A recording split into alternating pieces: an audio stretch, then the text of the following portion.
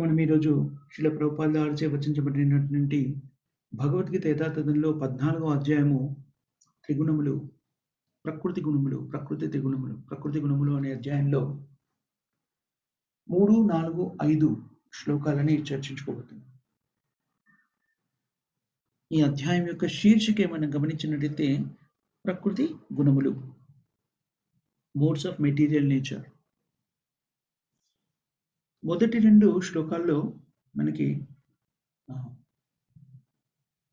ఎవరు భగవంతుణ్ణి పొందగలరు అనే విషయాన్ని మనకి తెలియజేశారు. భగవంతుని చేరుకోవాలి అంటే ఎలాంటి జ్ఞానాన్ని కలిగి ఉన్నప్పుడు వాళ్ళు భగవంతుని చేరుకోగలుగుతారు, భగవద్భక్తిలో లీనమవ్వగలుగుతారు, తద్వారా భగవంతుని పొందగలుగుతారు అనే విషయాన్ని శ్రీకృష్ణుడు స్వయంగా తెలియజేస్తున్నాడు. జ్ఞానము, ఎవరైతే జ్ఞానంతోని వేదశాస్త్రాల్లో చెప్పినటువంటి జ్ఞానాన్ని స్వీకరించి దాంట్లో పరిపూర్ణతని సిద్ధించుకుంటారో అలాంటి వ్యక్తులు భగవంతుని చేరుకోగలుగుతారు, భగవంతుని యొక్క ఆధ్యాత్మిక స్థితిని చేరుకోగలుగుతారు. అలాంటి వ్యక్తి మళ్ళీ సృష్టి ఎప్పుడైతే ఈ భౌతిక ప్రపంచం నుంచి ముక్తులవుతారో తర్వాత సృష్టి సృష్టించబడినప్పుడు వాళ్ళు ఆవిర్భావం చెందరు. ఎందుకంటే భగవంతుని యొక్క శాశ్వతమైన ధామానికి వాళ్ళు చేరుకుంటారు కాబట్టి. సో జ్ఞానము అనేటువంటిది ముక్తికి మూల కారణమవుతుంది. ఆ జ్ఞానాన్ని మనము ఎలా సంపాదించుకుంటాము? శుద్ధ భక్తుల సాంగత్యంలో ప్రామాణికమైనటువంటి గురువులని ఆశ్రయించి వాళ్ళని సేవించడం ద్వారా భగవద్జ్ఞానాన్ని మనం పొందగలుగుతాం. తద్విద్ది ప్రణిపాతేన పరిప్రశ్నేన సేవయ ఉపదేశామృతే జ్ఞానం. సో ఆ జ్ఞానం మనం ఏం చేస్తుంది? భగవద్భక్తిలో లీనమయ్యేలా చేస్తుంది. ప్రాథమిక పరిజ్ఞానంతో జ్ఞానము అనే దానికి నిర్వచనం మనం చాలాసార్లు చెప్పుకున్నాము. నేను ఈ శరీరం కాదు, ఆత్మ అని తెలుసుకోవడమే జ్ఞానము. జ్ఞానంతో మనం ఏం చేస్తాము? విజ్ఞానాన్ని కూడా నేర్చుకుంటాము. విజ్ఞానం అంటే ఏమిటని చెప్పుకున్నాము? భగవంతుడు ఎవరు, జీవుడికి భగవంతుడికి మధ్య ఉన్న సంబంధం ఏమిటి, జీవుడి యొక్క శాశ్వత గుణం ఏమిటి? మనము 2 సూత్రాలలో చెప్పుకోవాలనుకుంటే దీన్ని ఇంతకు ముందు కూడా ఒకసారి చెప్పుకున్నాం, గత వారంలోనే చెప్పుకున్నట్టు నాకు గుర్తు. జ్ఞానము అంటే అహం బ్రహ్మాస్మి, నేను ఈ శరీరం కాదు, ఆత్మ అనేది జ్ఞానం. విజ్ఞానము అంటే జీవేర స్వరూపే కృష్ణ నిత్యదాస్, జీవుని యొక్క సహజ సిద్ధమైన స్థితి ఏమిటంటే కృష్ణుడి సేవలో ఎప్పుడూ నిమగ్నమై ఉండడము. ఇవి 2 జ్ఞానము విజ్ఞానము అని చెప్పబడ్డాయి. జ్ఞాన విజ్ఞాన సహిత, ఎప్పుడైతే జ్ఞానము విజ్ఞానము 2 కలిగి ఉంటారో అప్పుడు మనిషి భక్తియుక్తమైన సేవలో నిమగ్నం కాగలుగుతారు. నేనెవరో తెలుసు, నేను ఈ శరీరం కాదు, ఆత్మ అని. భగవంతుడు ఎవరో తెలుసు, జీవాత్మ యొక్క సహజ సిద్ధమైన స్థితి ఏమిటో తెలుసు. భక్తియుక్తమైన సేవలో నిమగ్నం కావాలి, మనకి భగవంతునికి మధ్య ఉన్నటువంటి సంబంధము భక్తియుక్తమైన సేవ అనేటువంటి విషయం తెలిసినప్పుడు జీవాత్మ ఆ స్థితిలో ఉండగలుగుతాడు.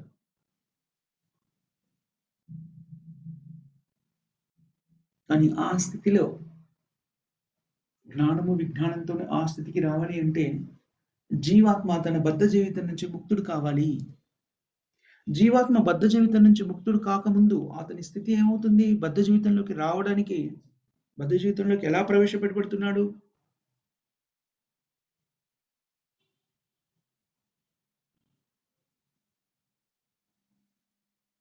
తన ఇంద్రియమైనటువంటి భౌతిక ఇంద్రియ కోరికలను తీర్చుకోవడానికి, ఇంద్రియ తృప్తి కోసమని ఎప్పుడైతే ఆకాంక్షించాడో జీవాత్మ, ఆ ఇంద్రియ కోరికల్ని, భౌతికమైనటువంటి కోరికలను తీర్చుకోవడానికి భగవంతుడు కల్పించినటువంటి అవకాశమే జీవాత్మ భౌతిక ప్రపంచంలో ప్రవేశించడానికి కారణము.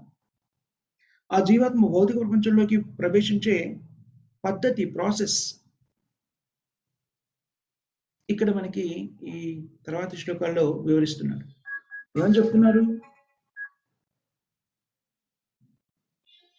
క్షేత్రజ్ఞ జ్ఞానము. మనం ఇంతకుముందు చదువుకున్న అధ్యాయం పేరు క్షేత్రజ్ఞ జ్ఞానము. దేహము మరియు ఆత్మ, దాని గురించి మనం చదువుకున్నాం. ఈ రెండింటి కలయిక వల్ల జీవాత్మ భౌతిక ప్రపంచంలో ప్రకటితమయ్యి దాని కార్యక్రమాన్ని నిర్వర్తిస్తుంది.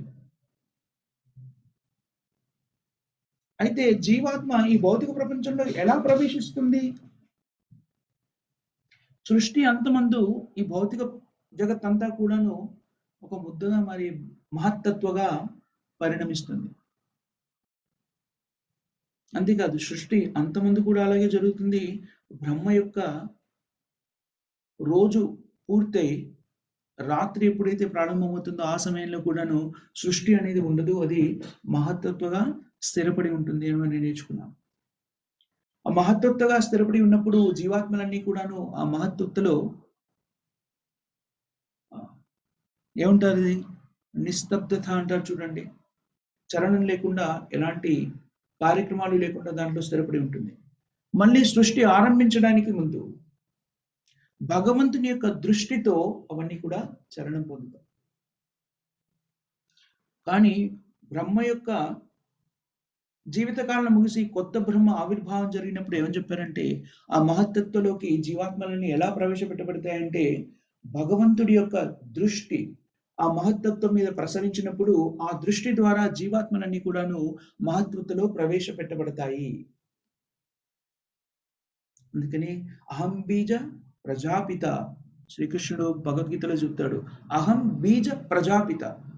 ఈ మహత్తత్వం అనేది, ప్రకృతి అనేది స్త్రీ లాంటిది. ఆ స్త్రీ గర్భంలోకి బీజము, జీవం అనే బీజాన్ని, జీవాత్మ అనే బీజాన్ని ప్రవేశపెట్టేది ఎవరు అంటే భగవంతుడైన శ్రీకృష్ణుడే స్వయంగా దాన్ని ప్రవేశపెడతాడు. భౌతిక ప్రపంచం యొక్క ఆవిర్భావానికి మూల కారణము శ్రీకృష్ణుడే అని మనం తెలుసుకున్నాము. ఈ భౌతిక ప్రకృతి అనేటువంటిది 3 గుణాలతో మిళితమైందనే విషయం కూడా మనం నేర్చుకున్నాం. సత్వరజస్తమో గుణాలతో మిళితమైనటువంటిదే ఈ భౌతిక ప్రపంచం. దాన్ని ఒక్కొక్కసారి బ్రహ్మాన్ అని కూడా పిలుస్తారు.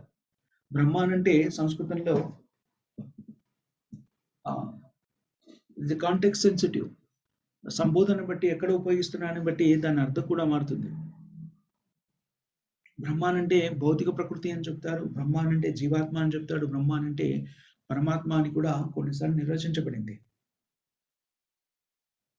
సో భగవంతుడు తన దృష్టి ద్వారా ఈ జీవాత్మల్ని ప్రవేశపెట్టేది ఒక భూప్రపంచంలోనే కాదు, భూలోకంలోనే కాదు. మనం నేర్చుకున్నాము కారణోదకసాయ విష్ణు నిశ్వాసం నుంచి అనేక రకమైనటువంటి ఖగోళాలు ఉద్భవిస్తున్నాయని మనం నేర్చుకున్నాం.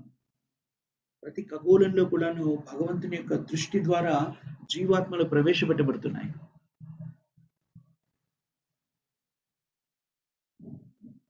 కానీ వేదశాస్త్రాల్లో చెప్పబడింది, తస్మాదేత బ్రహ్మనామ రూపం అన్నం చ జాయతే.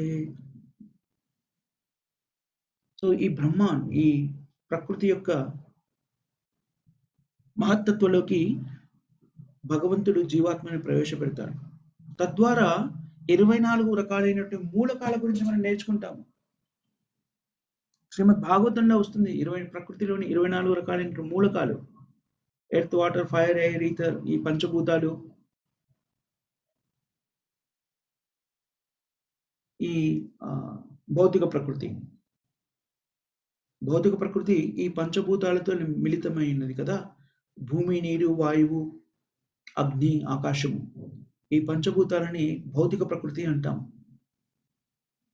దీన్ని మహాబ్రహ్మాన్ని కూడా పిలుస్తారు అని చెప్పబడింది.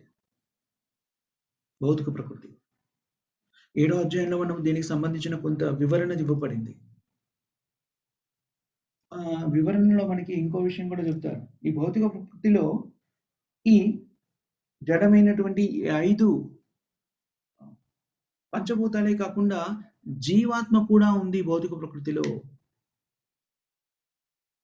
ఈ జీవాత్మని ఏమన్నారు? ఉన్నత శక్తి అన్నారు. ఉన్నత శక్తి ఎందుకు? జీవాత్మ భగవంతుడైన శ్రీకృష్ణుడి స్వయం అంశ. జీవాత్మలన్నీ కూడా భగవంతుని అంశ కాబట్టి అవి ఆధ్యాత్మికమైనవి. అందుకని ఈ భౌతిక ప్రకృతి కన్నా ఉన్నతమైనవి.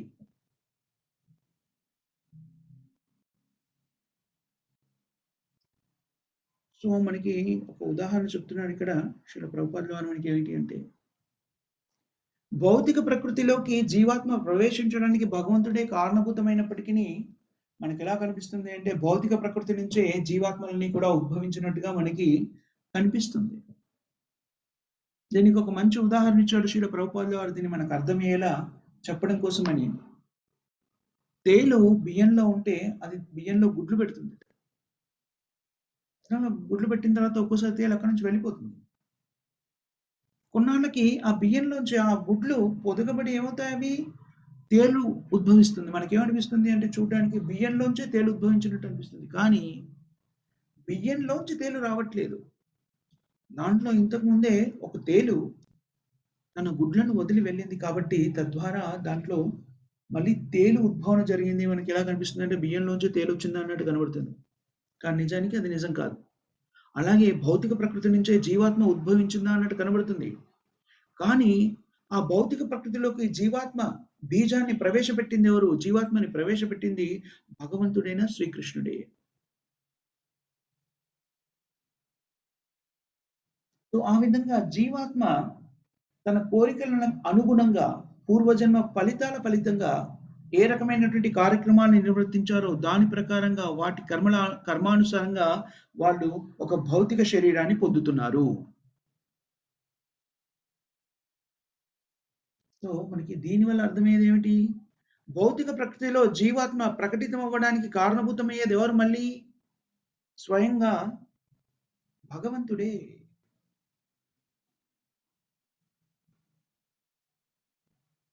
సర్వయోనీషు కౌంతేయ మూర్తయ సంభవంతియ ఆశం బ్రహ్మ మహద్యోనిర్ అహం బీజ ప్రజాపిత. జీవాత్మలు ఒక చోట అని కాదు, మొత్తం సృష్టిలో అన్ని ప్రదేశాల్లో జీవాత్మలు ఉన్నాయి. మనము చెప్పుకుంటాం ఏమిటి అంటే గాలి లేని ప్రదేశం ఏది లేదు అని చెప్పుకుంటాం కదా. అన్ని చోట్ల గాలి వ్యాప్తి చెంది ఉంది. అదేవిధంగా జీవాత్మలు కూడా అన్ని ఖగోళాలలో అన్ని ప్రదేశాలలో ప్రకటితమయ్యారు. బ్రహ్మలోకంలో, ఇంద్రలోకంలో, చంద్రలోకంలో, సూర్యలోకంలో, భూలోకంలో, పాతాళలోకంలో, నీటిలో, వాయువులో, అగ్నిలో, ఎక్కడైనా సరే మీరు ఏ ప్రదేశాన్ని చూసినా కూడా అక్కడ జీవాత్మ అనేది ఉంది. ఆ జీవాత్మలకి భగవంతుడు మళ్ళీ మళ్ళీ చెప్తున్న విషయం ఏంటంటే సీడ్ గివింగ్ ఫాదర్, బీజాన్ని ఇస్తున్నది భగవంతుడే. అందుకని భగవంతుని ఏం చెప్పారు? జీవాత్మలందరికీ తండ్రి అన్నారు. ఊరికి తమాషగా అనలేదు జీవాత్మలన్నింటికీ భగవంతుడు తండ్రి అని. ఎందుకంటే భగవంతుడు ఈ జీవాత్మలన్నింటినీ కూడా ప్రకృతిలో ప్రవేశపెడుతున్నాడు. అందుకని భౌతిక ప్రకృతిలో ఆవిర్భవించినటువంటి జీవాత్మలు ఏవైతే ఉంటాయో శరీరాన్ని పొంది అవి భౌతిక ఆధ్యాత్మిక శక్తుల యొక్క మిశ్రమాలు. ఎందుకని? మన శరీరం ఏదైతే ఇవ్వబడిందో భౌతిక ప్రకృతిలో ఉన్నప్పుడు అవి పంచభూతాలతో చేయబడినటువంటి భౌతికమైనవి. కానీ జీవాత్మ స్వయంగా ఆధ్యాత్మికమైనది.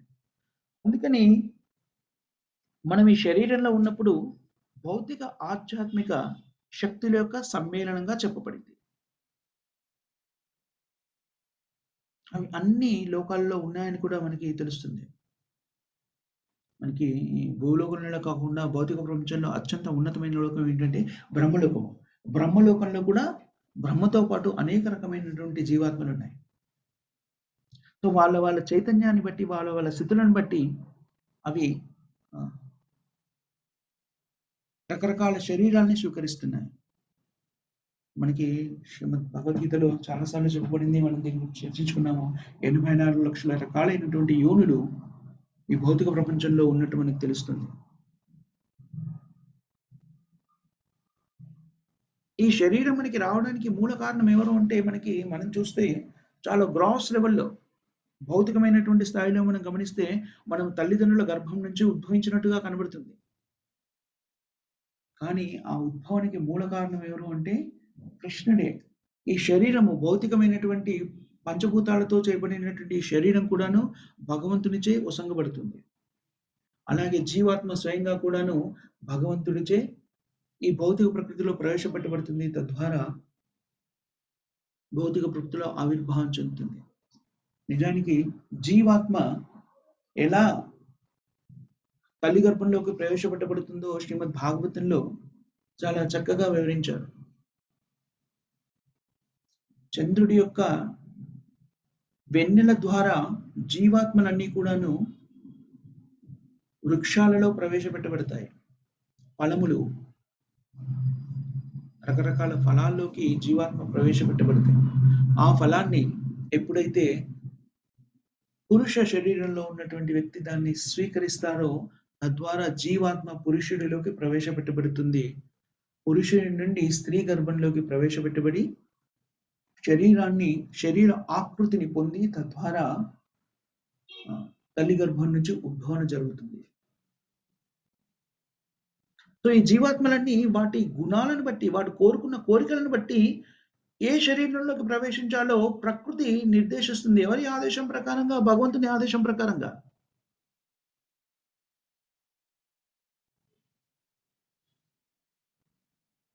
సో భగవంతుని ఆదేశాను ప్రకారంగా వాళ్ళ పూర్వజన్మల కృతులను బట్టి, వాళ్ళ కార్యక్రమాల్ని బట్టి జీవాత్మ ఏదో ఒక శరీరాన్ని పొందుతుంది.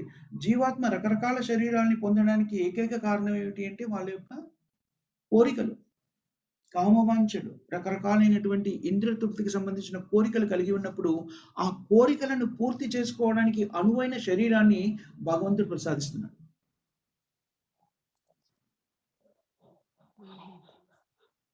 అందుకనే ఈ భౌతిక ప్రకృతిలో ఆవిర్భవించినప్పుడు జీవాత్మ దేనితో ప్రభావితం చెందుతుంది? భౌతిక ప్రకృతి అంతా కూడాను త్రిగుణాలతో ముందుకు సాగుతుంది అని మనం నేర్చుకుంటాం. భౌతిక ప్రకృతి అంతా కూడాను త్రిగుణాలతో ప్రభావితమైంది. సత్వ రజస్తమో గుణాలు. జీవాత్మ కూడా ఎప్పుడైతే ఈ భౌతిక ప్రకృతి యొక్క ఆధీనంలోకి వస్తుందో అది కూడాను ఈ 3 గుణాలతో ప్రభావితం చెందుతుంది.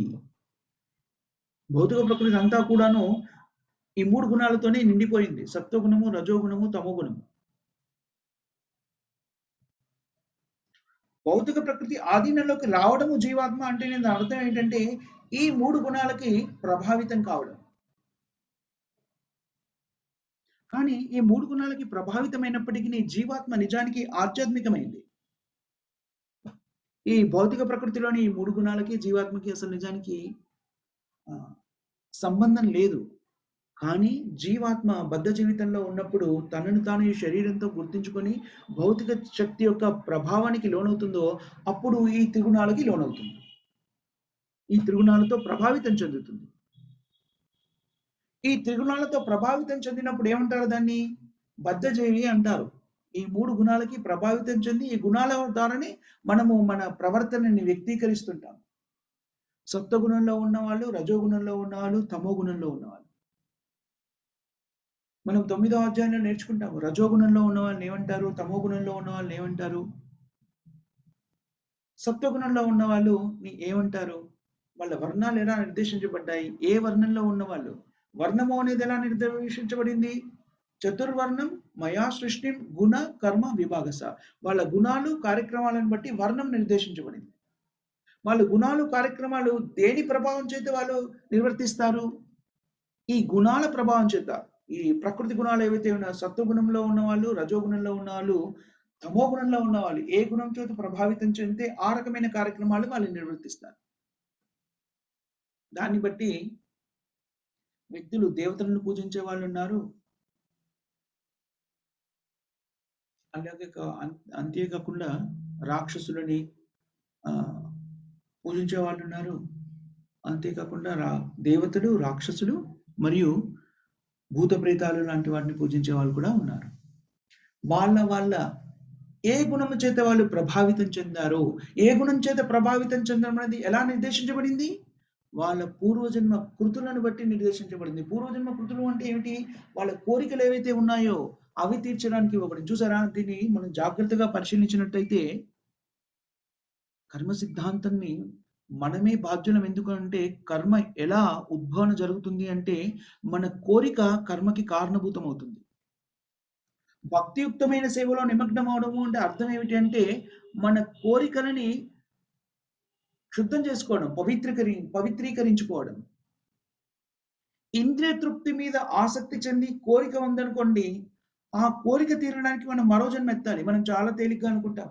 నాకు ఇన్ని కోరికలున్నాయి కానీ అన్నీ తీరలేదు. కొన్నే తీరాయి. అయ్యో! అయ్యో! అనుకుంటాం. కానీ మీ కోరిక యొక్క సాంద్రతను బట్టి, ఎంత గాఢంగా మీరు ఆ కోరిక కోరుకున్నారు అనే దాన్ని బట్టి భగవంతుడు ఆ కోరికని అనుగ్రహిస్తాడు.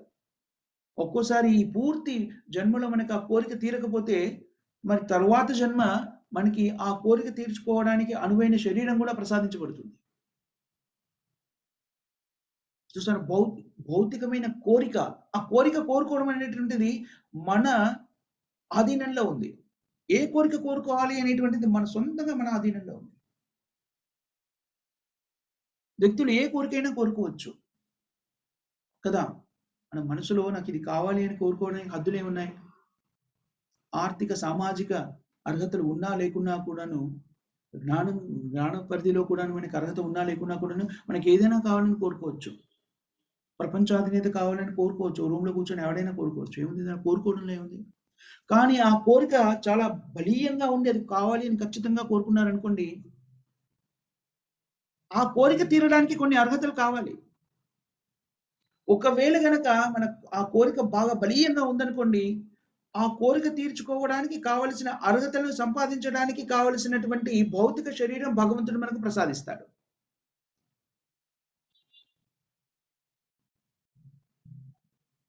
ఒక్కొక్కసారి అనుభవించవలసినటువంటి కార్యక్రమం పుణ్యకార్యమైనా, పాపకార్యమైనా అది అనుభవించడానికి కూడాను కొన్నిసార్లు అర్హతలను సంపాదించుకోవడానికి మనం మళ్ళీ జన్మనెత్తాల్సి చూడండి కర్మ సిద్ధాంతం ఎంత క్లిష్టమైందో మనం దీని గురించి కొంచెంగా అవగాహన చేసుకుంటే విశ్లేషించి మనకి కర్మ సిద్ధాంతం యొక్క క్లిష్టత అర్థమవుతుంది. అంతేకాకుండా ఈ కర్మ సిద్ధాంతం గురించి కొంచెం విశ్లేషించి అర్థం చేసుకుంటే రకరకాల ప్రశ్నలు ఏవైతే మన మనసులో ఉద్భవిస్తుంటాయో చూడండి. చాలా సార్లు వ్యక్తులు అడుగుతుంటారు. మంచి వాళ్ళకి చెడెందుకు జరుగుతుంది? ఇలాంటి ప్రశ్నలకు కూడా మనకి సమాధానము వెంటనే దొరికిపోతుంది. చూడండి మనకి మహాభారతంలో ఒక సంఘటన చెప్తారు.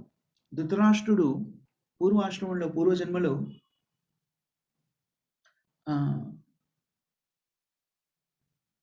కొన్ని కొన్ని రకాలైన జీవాల యొక్క కళ్ళను పొడి చేశారు అని, కొన్ని ఆ జీవాల సంతానాన్ని కరెక్ట్‌గా ఏ జీవి అని నాకు గుర్తులేదు. బట్ ఒక జీవి యొక్క సంతానాన్ని 100 సంతానాన్ని హరింపజేశాడు. దాని ఫలితంగా ఆ జీవి ధృతరాష్ట్రుడికి శాపం ఇచ్చిన అతని పూర్వజన్మలో ఏమంటే నీ 100 పుత్రులు కూడా అలాగే నశించిపోదురుగాక. నువ్వు నా కళ్ళు పొడిచావు కాబట్టి నీ కూడా గుడ్డివాడుగా పుడుదువుగాక. అయితే ఇక్కడ ఒక సమస్య వచ్చింది. ఏమిటి? ధృతరాష్ట్రుడు పూర్వజన్మలో ఈ కార్యక్రమం చేశాడు కానీ 100 పుత్రులు సంహరింపబడుదురుగాక అనే శాపం రావాలి అంటే ముందు 100 పుత్రులు పుట్టాలి కదా! ఒక పుత్రుడు పుట్టాలి అంటే ఎంతో పుణ్యం చేయాలని శాస్త్రం చెబుతుంది. ధృతరాష్ట్రుడు అతని పూర్వజన్మలో ఈ పాపం చేసినప్పుడు ఆ పుణ్యాలు కూడా చేయలేదు. సో 100 పుత్రులు రావాలి అంటే ముందు పుణ్యాలు చేయాలి. ఆ పుణ్యాల ఫలితంగా ఈ పుత్రులందరూ జన్మించిన తర్వాత వాళ్ళు సంహరింపబడేటువంటి బాధను కూడా అనుభవించాలి. చూసారా కర్మ సిద్ధాంతం ఎంత క్లిష్టమైందో? ఒక చిన్న పని చేశాడు. దాని ఫలితం అనుభవించాలి అంటే తన 100 పుత్రులు కూడా సంహరించబడితే ఎలాంటి మానసిక క్లేశాన్ని అనుభవించాల్సిన పరిస్థితి ఉంటుందో అది అనుభవించాలి. కానీ 100 పుత్రులు పుట్టాలి అంటే ఒక్కొక్క పుత్రుడు పుట్టాలి అంటే ఎన్నో రకాలైనటువంటి పుణ్యకార్యాలు చేస్తే పుత్రుడు పుడతాడు అని చెప్పారు శాస్త్రం.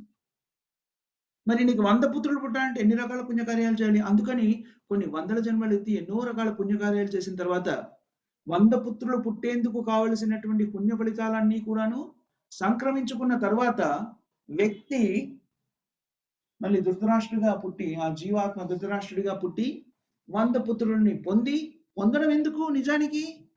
వాళ్ళు సంహరించబడితే కలిగే క్లేశము అనుభవించాలి. ఆ బాధని అనుభవించాలి.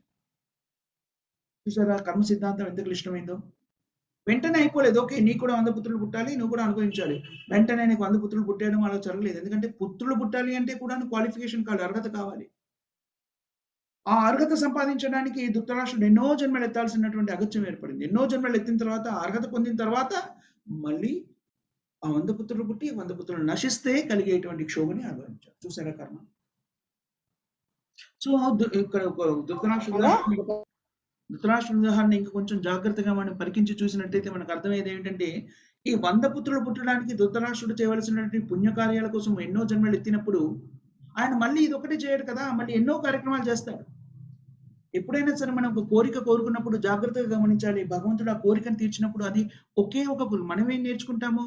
మనకి పాజిటివ్‌గా, ఉన్నతంగా కనిపిస్తున్నది, మన ఇంద్రియాలకి ఆనందం కలిగించేదిగా కనిపిస్తున్నది అది మాత్రమే కావాలని కోరుకుంటాము. కానీ అది రావాలి అంటే ఇంకా కొన్ని సమకూరాలి. అవన్నీ కూడా ప్యాకేజ్. అవి ఒక్కదానితో ఇదొక్కటే కావాలి, నాకు ఈ ఆనందమే కావాలి, దాంతో వచ్చేటువంటి ఇంకేం అక్కర్లేదు అంటే అది సాధ్యం కాదు. ఎందుకనంటే అది మనం పొందాలి అంటే దాంతో పాటు కొన్ని ఇంకా ఆహ్, సమకూరుతాయి. కొన్నొస్తాయి ఆ పరిస్థితులు సమకూరాలంటే. అప్పుడు మనకి కొంత దుఃఖం కూడా కలుగుతుంది. అందుకనే మనం కోరుకున్నప్పుడు చాలా జాగ్రత్తగా భగవంతుడిని కోరుకోవాలి. ఏం కోరుకుంటున్నామో అనేది. నాకు అత్యంత ధనం కావాలి అని ఎవరైనా కోరుకున్నారనుకోండి, ఒకవేళ భగవంతుడు తథాస్తు అన్నాడనుకోండి, ఆ వ్యక్తి కనీసంగా భోజనం చేయడానికి కూడా సమయం దొరకదు. ఏదో ఒక కార్యక్రమంలో నిమగ్నం అవుతూ ఉంటాడు ధన సంపాదనకి. అదేంటి నాకు ధనం సంపాదిస్తున్నాను గానీ, నాకు శాంతి లేదు, స్థిరత్వం లేదు. నాకంటూ ఒక 5 నిమిషాల సమయం కూడా లేదు జీవితంలో అంటే మరి నువ్వు అదే కోరుకున్నావు. నువ్వు ధనం కావాలని కోరుకున్నావు. ధనం అలా ఊరికే రాదు. అది రావాలి అంటే నువ్వు శ్రమించాలి. ఆ శ్రమకి కావాల్సినటువంటి దాంట్లో ఆ శ్రమించడానికి కావలసిన పరిస్థితులన్నీ భగవంతుడు నీకు సమకూరుస్తున్నాడు తద్వారా ధనాన్ని సంపాదించుకోవడానికి. మరి ఆ శ్రమిస్తున్నావు కదా మరి. మనం ఆ శ్రమ గురించి ఆలోచించలేదు. ధనం కొరకు నాకు ధనం కావాలి అన్నావు. కానీ ధనం ఎలా వస్తుంది? దానికి కొన్ని సూత్రాలున్నాయి ధనాన్ని సంపాదించడానికి కూడాను. సో, ఇది చాలా గ్రాస్ ఎగ్జాంపుల్ ఒక ఉదాహరణ ఇచ్చాం మనం కోరుకునేది. అలాగే మనం ఏది కోరుకున్నా కూడాను దాంతో పాటు రకరకాల ఇతరవి కూడా మనకి లభ్యమవుతాయి. మనం కోరుకోలేదు కానీ మనం కోరుకున్న కోరిక తీరాలి అంటే ఇవి కూడా వాటితో పాటు ఉండాలి. అందుకనే నిజానికి ఈ కర్మ సిద్ధాంతంలోని భౌతికత్వంలోని ఉన్నటువంటి ఆహ్, క్లిష్టతని గమనించి ఏం చేశానంటే నిజానికి భౌతిక తత్వం గురించి భౌతిక జీవితంలో ఉండాలి అని కోరుకోవడమే చాలా పొరపాటైనటువంటిది. అజ్ఞానంతో కూడుకున్నటువంటిది. ఎందుకనంటే జీవాత్మగా మన స్థితి ఏమిటంటే ఆనందమైన స్థితిలో ఉండాల్సిన వాళ్ళం మనం. భగవంతుడు ఆనందమయోభ్యాస్యాత్. భగవంతుని యొక్క అంశాలను మనం కూడాను ఆనందం కోసం ప్రయత్నిస్తున్నాం. కానీ మనకి నిజమైన ఆనందం ఎక్కడ లభిస్తుంది? భగవత్ సేవలో ఉన్నప్పుడు మాత్రమే లభిస్తుందని స్పష్టంగా చెప్పబడింది. ఎందుకంటే అది మన సహజమైన స్థితి. చేప నీటిలో ఉన్నప్పుడే ఆనందంగా ఉంటుంది. ప్రశాంతంగా ఉంటుంది. దాని జీవితాన్ని కొనసాగిస్తుంది. చేపను నీటి నుంచి బయట పెట్టారనుకోండి, నీరు లేకుండా చేప ఎక్కువ సమయం జీవించలేదు. కొట్టుమిట్టాడుతుంది. కొన్ని క్షణాల్లో అది తన జీవాన్ని కోల్పోతుంది. ఎందుకని? చేప యొక్క సహజ సిద్ధమైన స్థితి ఏమిటంటే నీటిలో జీవించడం. అదే విధంగా జీవాత్మ యొక్క సహజ సిద్ధమైన స్థితి ఏమిటంటే భగవత్ సేవలో నిమగ్నమై ఉండడం. తద్వారా అది ఆనందంగా ఉండగలుగుతుంది. భగవత్ సేవ నుంచి దూరంగా ఉండి మనం ఆనందాన్ని పొందాలనే ప్రయత్నం ఏదైతే చేస్తున్నామో అది ప్రకృతి విరుద్ధమైంది నిజం చెప్పాలి అంటే. సహజత్వానికి విరుద్ధమైంది. జీవాత్మ ఆధ్యాత్మికమైంది కాబట్టి, భగవంతుని యొక్క అంశ కాబట్టి, దాని యొక్క సహజ సిద్ధమైన స్థితి ఏమిటంటే భగవత్ సేవలో నిమగ్నమై ఉండడం కాబట్టి, అలా ఉన్నప్పుడు మాత్రమే అది ఆనందాన్ని అనుభూతి చెందగలుగుతుంది, పొందగలుగుతుంది. కానీ మనం ఏం చేస్తున్నాం? భౌతిక జీవితంలో భగవంతుని దూరంగా పెట్టి ఆనందాన్ని పొందాలనుకుంటున్నాం. అప్పుడు ఏం జరుగుతుంది? ఈ ఇన్‌కంపాటిబిలిటీ అంటారు చూడండి. ఒకటి భౌతికము, ఒకటి ఆధ్యాత్మికము. జీవాత్మ యొక్క సహజమైన స్థితి భగవత్ సేవలో ఉండాలి. అప్పుడు ఏ ప్రయత్నము లేకుండానే మనం ఆనందాన్ని అనుభవించగలుగుతాం. కానీ మనం భగవంతుని పక్కన పెట్టేసి ఇతర కార్యక్రమాల ద్వారా ఆనందాన్ని పొందాలనుకుంటున్నాం భౌతిక ప్రకృతిని. దాని మూలంగా మనం ఏం చెందుతాం? మనం ఆనందాన్ని పొందం కానీ ఆవేదనకి గురి అవుతాము.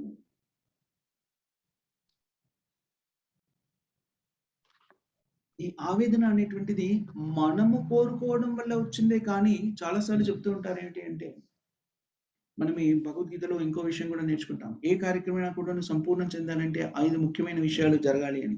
దాంట్లో చాలా ప్రాముఖ్యమైన విషయం ఏమిటి అంటే భగవంతుని యొక్క అనుగ్రహం. భగవంతుని అనుగ్రహం లేకుండా ఏ కార్యక్రమం కూడాను పూర్తి అవ్వదు, నిర్వహించబడదు అని. చాలా మంది కొంచెం ప్రశ్న ఏమిటంటే, భగవంతుడి అనుగ్రహంతోని కదా అన్నీ జరుగుతున్నాయి. అలాంటప్పుడు కర్మ నాకెందుకు అంటుకోవాలి అనుకుంటారు. కర్మకి బీజం ఎక్కడ పడుతుంది అంటే మన కోరిక. ఏం కోరుకుంటున్నామో అనేది మన ఆధీనంలో ఉన్నటువంటి స్వతంత్రత. భక్తియుక్తమైన సేవలో నిమగ్నమవ్వడము అంటే ఏంటి అంటే మన కోరికలని శుద్ధి చేసుకోవడం. భౌతిక ఇంద్రియ తృప్తికి కావలసిన కోరికలని కాకుండా భగవత్ సేవలో నిమగ్నమయ్యే కోరికలని మనము కోరుకుంటూ ఉన్నామనుకోండి. తద్వారా మనం శుద్ధి చెంది మనం ఏదైతే కావాలని ఆశిస్తున్నామో అవన్నీ మనకి లభిస్తాయి. దీనికి మనకి కావాల్సింది ఏమిటి అంటే మనం మన స్థితి నుంచి బయటపడి ఆబ్జెక్టివ్‌గా అంటే ఆహ్, ఏమంటుంటారు దాన్ని తెలుగులో ఏమని చెప్పాలి దాన్ని ఆబ్జెక్టివ్‌గా అంటే ఆ! మన స్థితిని కాకుండా శాస్త్ర దృక్కోణం నుంచి శాస్త్ర పరిభాషలో శాస్త్ర దృక్కోణం నుంచి గాని పరీక్షించినట్టయితే మనకు తెలుస్తుంది. మనలో ఉన్న దోషాలు కూడా మనకు అర్థమవుతాయి. నిజంగా ఆనందంగా ఉండాలి అంటే చాలా తేలికగా మనం ఆనందంగా ఉండొచ్చు. బద్ధ జీవితంలో జీవిస్తున్నప్పుడు చాలా మంది చెప్తుంటారు, "ఇది చాలా కష్టంగా ఉందండి, కష్టంగా ఉందండి. ఈ రిలేషన్‌షిప్ కష్టంగా ఉందండి. ఈ కార్యక్రమం కష్టంగా ఉందండి. ఇది చేయడం కష్టంగా ఉందండి." ఇలాంటివి మనకి దైనందిన జీవితంలో చాలా కనబడుతూ ఉంటాయి. కానీ దాన్ని వేటిని కూడా మనం వదిలేయం. ఎందుకో తెలుసా? దాన్ని ప్రారబ్ధ కర్మ అంటారు. మనకు తెలుస్తుంది. ఈ పని చేస్తే నాకు కష్టం కలుగుతుంది. ఈ ప్రదేశంలో ఉంటే నాకు కష్టం కలుగుతుంది. మనకి అదృష్టవశాత్తు శ్రీల ప్రభుపాదుల వారి కృప వల్ల ఏ భక్తుల సాంగత్యము లభించి ప్రభుపాదుల వారు చెప్పవలసినటువంటి శాస్త్ర పరిజ్ఞానం కూడా అవగతమై మనకు తెలుస్తుంది. నేను ఈ కార్యక్రమం చేస్తున్నాను కాబట్టి, ఈ పరిస్థితుల్లో ఉన్నాను కాబట్టి నాకు ఈ కష్టాలు కలుగుతున్నాయి. ఈ పరిస్థితుల నుంచి నేను బయటపడితే ఈ కష్టాలన్నీ నాకు తొలగిపోతాయి. కానీ తెలిసి కూడా వ్యక్తులు దాని నుంచి బయటపడాలి అనుకోరు. ఏదో ఒక కారణంతో అక్కడుంటారు. ఎందుకని? దాన్ని ప్రారబ్ధ కర్మ అంటారు. ఎందుకంటే అది అనుభవించాల్సి ఉంది కాబట్టి అది నేను బాధపడుతున్నాను అని తెలిసి కూడాను దాని నుంచి బయటికి రాను. That is called conditioning in English. తెలుసు మనకి దీని మూలంగా కష్టమవుతోంది. ఇది చేయకూడదు శాస్త్రబద్ధంగా ఆలోచిస్తే. ఈ పరిజ్ఞానం కూడా మనకుంది కానీ దాన్ని మనం వదిలిపెట్టం. అది ప్రారబ్ధ కర్మ. ఈ ప్రారబ్ధ కర్మ నుంచి కానీ, ఈ కండిషనింగ్ ఈ స్థితుల గురించి బద్ధ స్థితి నుంచి కానీ మనం బయటపడగలగాలి అంటే ఏకైక మార్గం ఏమిటి అంటే హరినామ సంకీర్తన. కలియుగంలో మనము దీన్ని సాధించాలి అంటే చేయవలసిన ఏకైక కార్యక్రమం అంటే హరిర్నామ, హరిర్నామ, హరిర్నామైవ కేవలం కలవు నాస్తివ నాస్తివ నాస్తివ గతిరంజత. హరే కృష్ణ, హరే కృష్ణ, కృష్ణ కృష్ణ హరే హరే, హరే రామ, రామ రామ హరే హరే. ఈ మంత్ర జపం ద్వారా మనం చేయగలుగుతాం. కానీ ఈ మంత్ర జపము అనే స్థితికి కూడా రావాలి అంటే వ్యక్తులు సంపూర్ణంగా బద్ధ జీవితంలో ఉన్న వ్యక్తి ఇలాంటి జపం చేసే స్థితికి కూడా రావాలి అంటే, హరినామాన్ని చేసే స్థితికి రావాలి అంటే కూడాను ఏం కావాలి? శ్రవణంలో భాగం పంచుకోవాలి. భగవంతునికి సంబంధించినటువంటి జ్ఞానాన్ని, భగవంతుడు బోధించినటువంటి సూత్రాలను కానీ, నియమాలను కానీ, భగవంతుని యొక్క దివ్య గుణాన్ని కానీ మనము శ్రద్ధగా ఆలకించినప్పుడు, విన్నప్పుడు శ్రీమద్ భగవద్గీత, శ్రీమద్ భాగవతము మనం ఎప్పుడైతే ఆలకిస్తామో, వింటూ ఉంటామో తద్వారా మనకి భగవంతుని మీద ఆసక్తి పెరుగుతుంది. మనం మానవ జీవితంలో సహజంగా కూడా చూస్తాం. భౌతిక ప్రకృతిలో మనం జీవిస్తున్నప్పుడు మనం ఎవరి గురించైతే, ఏ విషయం గురించైతే పదే పదే ఆలోచిస్తూ ఉంటామో, దాని గురించే వింటూ ఉంటామో, దేని గురించైతే మళ్ళీ మళ్ళీ చదువుతాం, మళ్ళీ మళ్ళీ వింటూ ఉంటామో, దాని గురించే మనం ఆలోచిస్తూ ఉంటాం. సో, మనం కూడా భగవంతుని గురించి ఆలోచించాలి, భగవంతుని ధ్యానంలోనే ఉండాలి అంటే, భగవంతునికి సంబంధించినటువంటి దివ్య లీలల్ని వింటూ ఉండాలి, శ్రవణం చేస్తూ ఉండాలి. శ్రవణం చేయడం కూడా నాకు శ్రద్ధ లేదండి. అసలు వినాలనుకుంటాను, మంచిదే అని తెలుసు. కానీ అసలు వినే ఓపిక లేదు. దానికి మూల కారణం ఏమిటి మళ్ళీ? మన సాంగత్యం. భగవంతునికి సంబంధించిన పరిజ్ఞానాన్ని పెంపొందించుకోవాలన్నా, అతనికి సంబంధించిన దివ్య లీలల్ని వినాలి అన్నా కూడాను, మనం ఎవరి సాంగత్యంలో ఉంటే వాళ్ళ ప్రభావం మన మీద బలీయంగా ఉంటుంది. అందుకని భక్తుల యొక్క సాంగత్యం ద్వారా సంపూర్ణ శుద్ధి చెందాలి అంటే, శుద్ధ భక్తుల సాంగత్యంతోని చాలా త్వరితగతిన మనము భౌతిక జీవన విధానం నుంచి బయటపడగలుగుతాం. భక్తుల సాంగత్యంలో సదా మన కార్యక్రమాన్ని నిర్వర్తించడం ద్వారా ఏం జరుగుతుంది అంటే మనకి భగవంతుని మీద ఆసక్తి పెరుగుతుంది. తద్వారా భగవంతుని గురించిన కీర్తనల్ని, గుణగణాల్ని, దివ్య లీలల్ని వినాలనేటటువంటి ఆసక్తి పెరిగి మనం దివ్య లీల గురించి వినగలుగుతాం. భగవంతుని లీలలు విన్నప్పుడు అప్పుడు ఏం చేస్తాం? శ్రవణం, కీర్తనం, విష్ణు స్మరణం, పాదసేవనం, అర్చనం, వందనం, దాస్యం, సాఖ్యం, ఆత్మ నివేదనం. ముందు ఈ నవవిధ భక్తుల్లో చాలా ప్రాథమికమైంది, ముఖ్యమైనది ఏమిటి అంటే శ్రవణం, వినడం. మనం ఇంతకు ముందు కూడా ఒకసారి చెప్పుకున్నాం, మీకు గుర్తుండే ఉంటుంది. శ్రవణానికి ఎంత శక్తి ఉంది అంటే ప్రగాఢమైన నిద్రలో ఉన్నటువంటి వ్యక్తిని కూడా మన నిద్ర లేపడానికి ఉపయోగించేది శబ్ద తరంగం. మనం వాళ్ళ పేరు పెట్టి గట్టిగా పిలిస్తే వాళ్ళు నిద్ర నుంచి లేస్తారు. దాని అర్థం ఏమిటి అంటే శ్రవణం అంటే వినికిడి శక్తి మనకి ఎంత బలీయంగా ఇవ్వబడింది అంటే మన నిద్రలో ఉన్నప్పుడు కూడా మనను మెలకువ స్థితికి తీసుకురాగల శక్తి శబ్ద తరంగానికి ఉంది. అలాగే ఆధ్యాత్మికమైనటువంటి శబ్ద తరంగాల్ని మనం వింటూ ఉన్నామనుకోండి, దానికి ఎంత ఎంత ప్రభావం ఉంది అంటే అజ్ఞానము అనేటువంటి అంధకారము, అజ్ఞానం అనేటువంటి నిద్రాస్తమైన స్థితి నుంచి మనం బయటకు తీయగల శక్తి ఈ ఆధ్యాత్మిక శబ్ద తరంగాలకి ఉంది. అందుకని శ్రవణం అనేటువంటిది చాలా ముఖ్యమైనటువంటి భక్తి విధానం. నవవిధ భక్తుల్లో చాలా ప్రామాణికమైంది. ప్రారంభ దశ నుంచి కూడాను శ్రవణం నుంచి ప్రారంభమవుతుంది భక్తి. అది వృద్ధి చెందిన తర్వాత కూడాను ఆ శ్రవణమే ఆ భక్తిని స్థిరత్వంలోకి తీసుకురాగలుగుతుంది. నిజానికి శ్రీ ప్రభుపాద వారు చెప్తారు, భక్తియుక్తమైన సేవలో నిమగ్నం అవడం అంటే చాలా కష్టమైన స్థితి ఏం కాదు. మన నిన్న కూడా చైతన్య మహాప్రభు వారు చెప్పినటువంటి, ఇవాళ ఉదయం కూడా అనుకున్నాము ఏమిటంటే, చైతన్య మహాప్రభు చెప్పినది ఏంటంటే, వ్యక్తులు భక్తియుక్తమైన సేవలో ఉండడానికి తమ స్థితి నుంచి మారాల్సిన పని లేదు. వాళ్ళు ఏ స్థితిలో ఉంటే ఆ స్థితిలో ఉండి భక్తియుక్తమైన సేవలో ఉండవచ్చు. స్థానియ స్థిత, మీరు ఏ స్థితిలో ఉంటే ఆ స్థితిలో ఉండి భక్తియుక్తమైన సేవలో పాలు పంచుకోవచ్చు. అలా పాలు పంచుకోవడానికి, భక్తియుక్త సేవలో నిమగ్నం కావడానికి చైతన్య మహాప్రభువుల వారు కలియుగంలో ఉన్నటువంటి నియమాలన్నింటినీ కూడా తొలగించారు. హరినామ సంకీర్తన చేయడానికి, హరే కృష్ణ మహామంత్రాన్ని జపించడానికి ఏ నియమ నిబంధనలు లేవు. స్త్రీ కావచ్చు, పురుషులు కావచ్చు, బ్రాహ్మణులు కావచ్చు, వైశ్యులు కావచ్చు, శూద్రులు కావచ్చు, క్షత్రియులు కావచ్చు, చండాలుడు కావచ్చు, ఇంకా అంతకన్నా నీచమైన స్థితిలో ఉండవచ్చు. మీరు ఏ స్థితిలో ఉన్నా పర్వాలేదు. బ్రహ్మచారి, గృహస్థ, వానప్రస్థ, సన్యాసి, మీరు ఏ ఆశ్రమంలో ఉన్నా పర్వాలేదు. మీ ఆశ్రమం కానీ, వర్ణం కానీ, ఇతరత్ర ఏ గుణాలు కూడా ప్రాముఖ్యత వహించవు. ఎవరైనా కూడా హరినామ సంకీర్తనని చేయవచ్చును.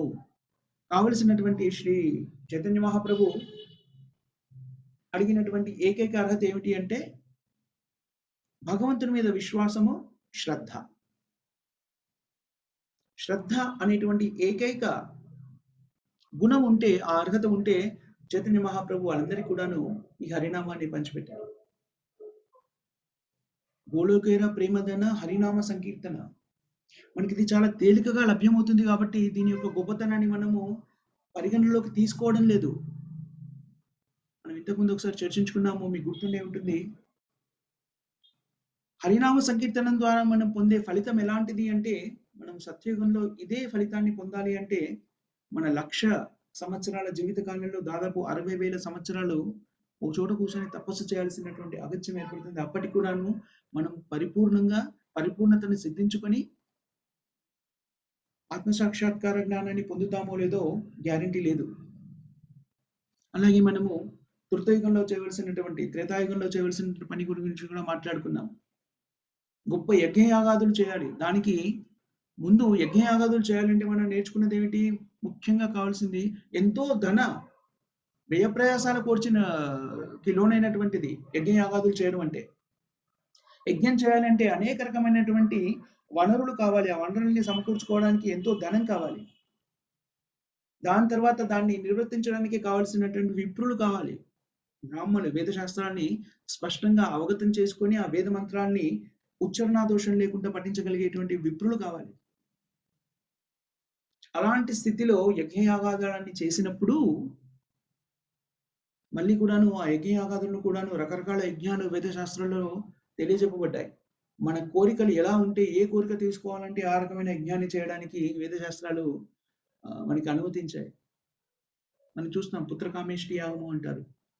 పుత్ర సంతానం లేని రాజులు ఆ పుత్రకామేష్టి యాగం చేయడం గురించి మనము పురాణాల్లో చాలా చోట్ల చదువుకుంటాం.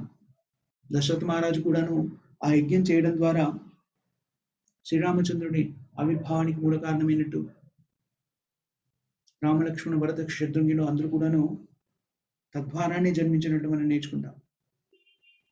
సో యజ్ఞయాగాదులు చేయడానికి కూడా ఎంతో వ్యయ ప్రయాసాలు ఓర్చుకోవాల్సినటువంటి విషయము, మరియు మనకి సరి అయినటువంటి విప్రుల అవసరం కూడా ఉంటుంది.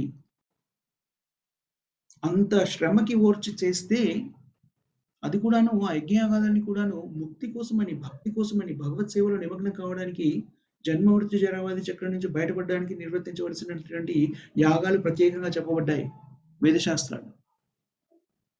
అలాంటి యాగాలకి సంబంధించిన పరిజ్ఞానాన్ని సంతరించుకొని ఆ పరిజ్ఞానం కలిగినటువంటి విప్రులను ఆశ్రయించి అది నిర్వర్తించడానికి కావలసినటువంటి వనరులను సమకూర్చుకోవడానికి ఆర్థిక స్తోమతను పెంచుకొని తద్వారా ఆ ప్రక్రియను పూర్తి చేసినప్పుడు అప్పుడు అది సఫలీకృతం చెందితే మనము ఆత్మసాక్షాత్కార జ్ఞానాన్ని పొందగలుగుతాం.